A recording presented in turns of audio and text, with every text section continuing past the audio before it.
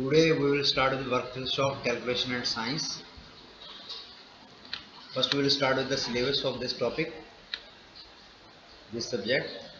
There are total 7 modules. Module 1, Module 2, Module 4 and up to 7. So in the first module we will discuss about the classification of system of units, fundamental and derived units, foot pound second, centimeter gram second, MKS and SI units, measurement units and conversions of length, mass, force, work, power and energy, factor, highest common factor, lowest common multiple and their problems. So first we will start with the introduction part, that is what is classification of system of units, what are units.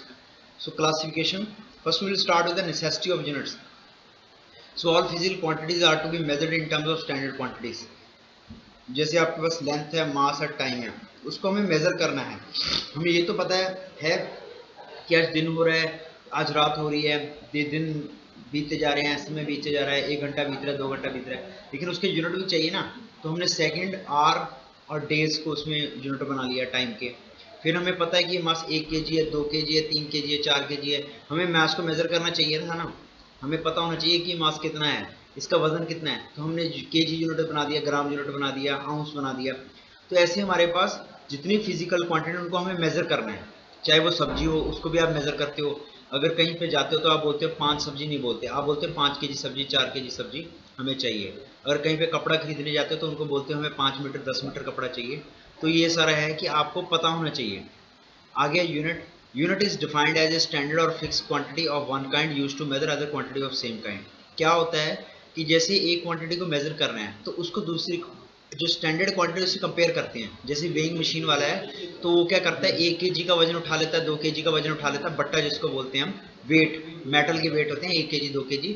दूसरे तराजू में दूसरी side वो सब्जी डालता है, जैसी सब्जी का वेट उस स्टैंडर्ड वेट्स के इक्वल हो जाएगा तो हम बोल देते हैं कि भाई सब्जी का वेट 1 kg हो गया.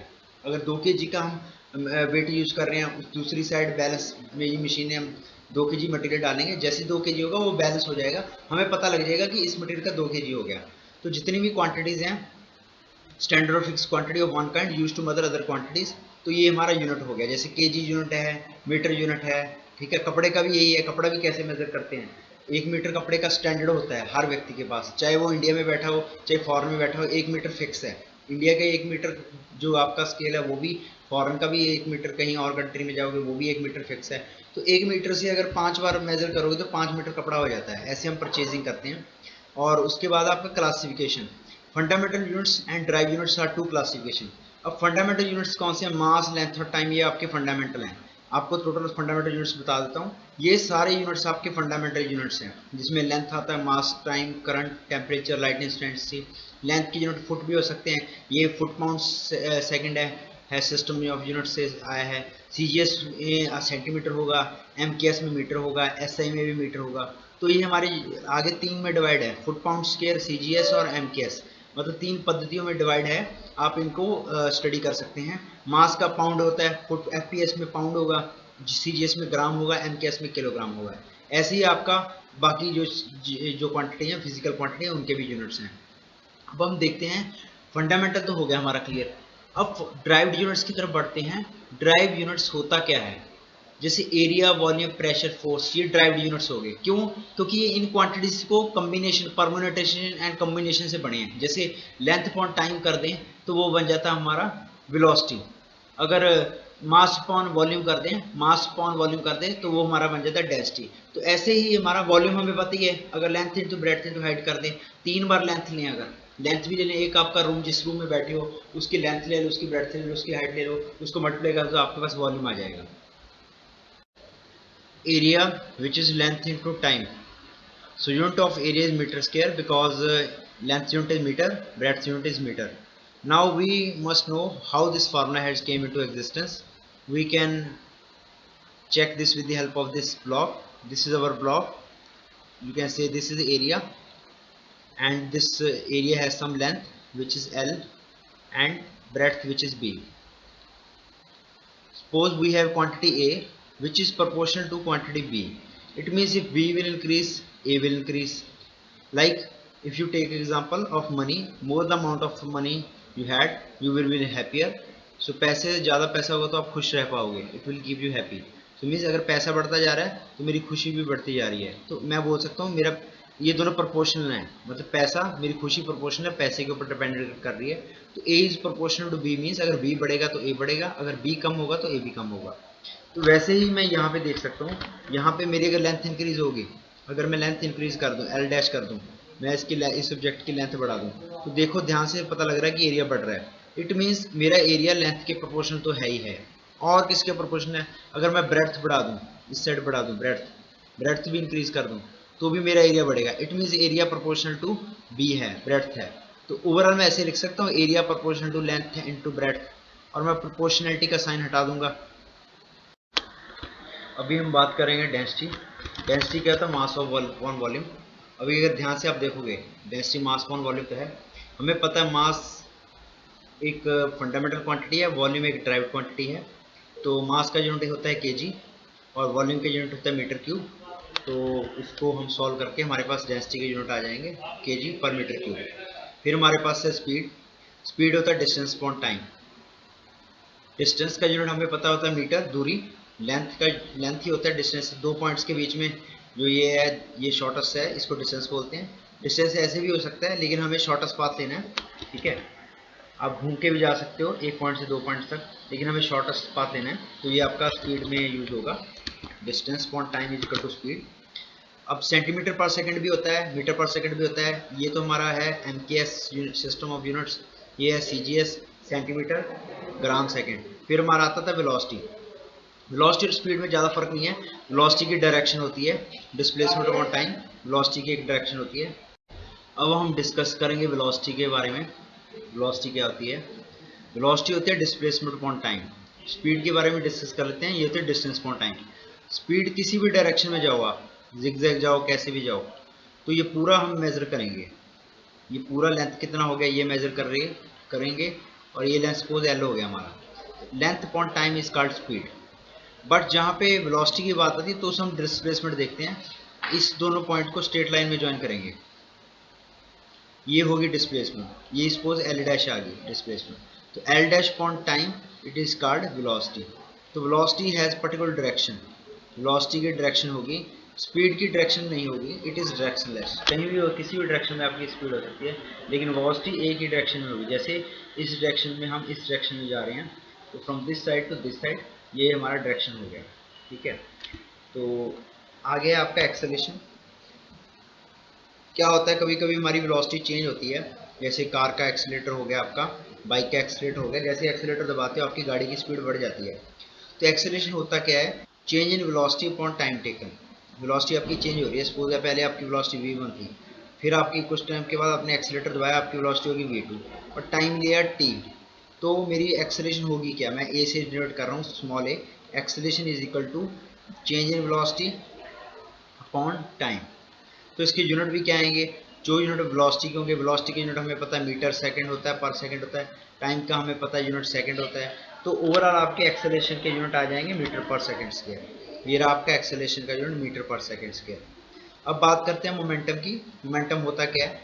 मोमेंटम प्रोडक्ट है मास और वेलोसिटी का। मास हम पढ़ चुके हैं, फंडामेंटल क्वांटिटी है। वेलोसिटी हमारी ड्राइव्ड क्वांटिटी है, इसका यूनिट है ये होगा, मास का यूनिट किलोग्राम है, वेलोसिटी का मीटर पर सेकंड है।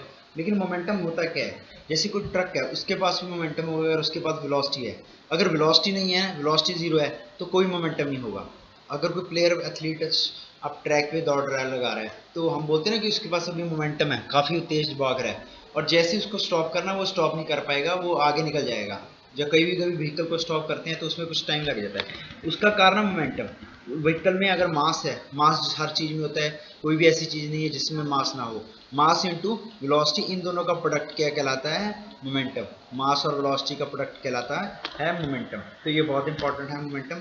ये फिजिकल क्वांटिटी है, इसका यूज़ करते हैं हम न्यूमेरिकल प्रॉब्लम्स को सॉल्व करने के लिए। फिर आती है फोर्स। फोर्स होता है मास इंटू एक्सेलरेशन। सपोज मेरे पास एक ऑब्जेक्ट है, मैं उसके ऊपर फोर्स लगा रहा हूँ, ठीक है। तो मुझे पता है पहले उसकी वेलोसिटी v1 थी, फोर्स लगाने से कुछ टाइम के बाद उसकी वेलोसिटी v2 हो जाएगी जब मैं फोर्स लगाऊंगा। तो इसका मतलब वो एक्सीलरेट कर रहा है। मुझे पता है v2 by v1, v2 minus v1 by time क्या होता है? एक्सेलरेशन। कुछ टाइम में तक वो एक्सीलरेट करेगा। तो फोर्स क्या होता है? Mass into acceleration. इसकी डेफिनेशन भी यही है कि force is said to be 1 newton when we apply a force on an object it of 1 kg mass and it moves an acceleration of 1 metre per second square. तो force is said to be 1 newton. Newton क्यों रखा unit इसका? वैसे इसका unit है kilogram metre per second square, but हम newton भी बोलते हैं क्योंकि न्यूटन एक साइंटिस्ट था, उसने हमें काफ़ी थ्योरी दी, उसने न्यूटन्स लॉ ऑफ ग्रेविटेशन दिया, उसने हमें 3 लॉज ऑफ न्यूटन दिए, तो उसके नाम के ऊपर इन्होंने यूनिट रख दिया फोर्स का न्यूटन। अब वर्क क्या होता है? देखो सीधी सी बात है, मेरे एग्जांपल लेता हूँ एक वॉल की। अगर मैं वॉल के ऊपर फोर्स लगा रहा हूँ तो मुझे पता है वॉल मूव नहीं होगी, लेकिन अगर मैं वही फोर्स एक गाड़ी के ऊपर लगा रहा हूँ, ठीक है, वही फोर्स मैं एक गाड़ी के ऊपर लगा रहा हूँ फोर्स, तो मुझे पता है गाड़ी चलना स्टार्ट कर देगी। तो गाड़ी के केस में फोर्स इंटू डिस्टेंस ये होगा वर्क, और वॉल के केस में मेरा वर्क हो जाएगा 0, क्योंकि मेरे पास फोर्स तो है लेकिन डिस्टेंस कवर क्या है, वॉल मूव नहीं करेगी, तो डिस्टेंस कवर 0 है। तो फोर्स और वर्क, फोर्स है तो आप वर्क निकाल सकते हो, और वर्क के यूनिट क्या आएंगे, वही फोर्स का यूनिट लगा दो, साथ में डिस्प्लेसमेंट लगा दो। फोर्स का यूनिट हमें पता न्यूटन है, डिस्प्लेसमेंट का होता है मीटर, तो मीटर। इसको वैसे भी लिख सकते हो, इस फॉर्म में भी लिख सकते हो, इसको मीटर से मल्टीप्लाई करना है तो ये भी आपका यूनिट हो जाएगा।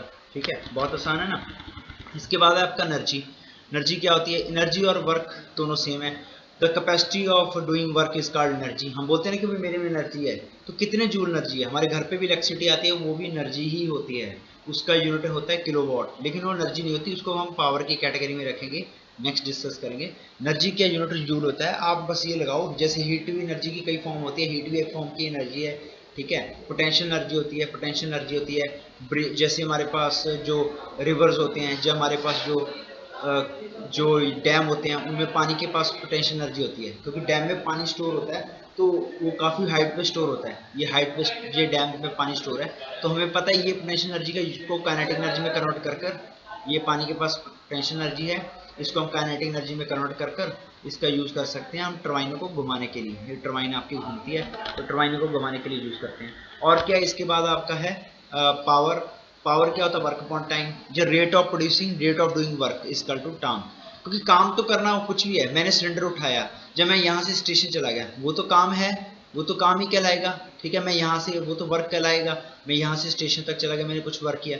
लेकिन भाई कोई हो सकता है 1 दिन में जाए स्टेशन तक, कोई 2 दिन लगा दे स्टेशन तक जाने में, कोई हो सकता है 10 सेकंड में चला जाए, या 20 सेकंड में चला जाए, या 1 घंटे में चला जाए। तो हर की रफ्तार अलग अलग है ना जाने की। तो रेट ऑफ डूइंग वर्क, आपने काम किया लेकिन आपने कितने समय में किया? कम समय में किया तो आपकी पावर ज़्यादा है, ज़्यादा समय में काम किया तो आपकी पावर कम है। फिर आता है प्रेशर। प्रेशर हमारा होता है force upon area. Force upon area, this is force upon area. मैं आपको एटमॉस्फेयर प्रेशर की एग्जांपल दूंगा।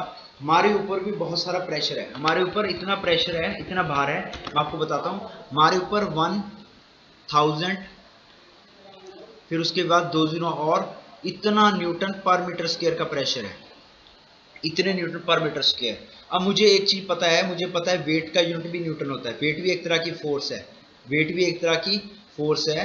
तो फोर्स है, अगर मैं इसको 10 से डिवाइड कर दूं, अगर मैं न्यूटन को 10 से डिवाइड कर दूं ना, इस 10,000, इस 1 लाख को 10 से डिवाइड कर दूं, तो मेरे पास आएगा 1000, और ये यहाँ पे यूनिट देख लेना आप क्या आएगा, न्यूटन।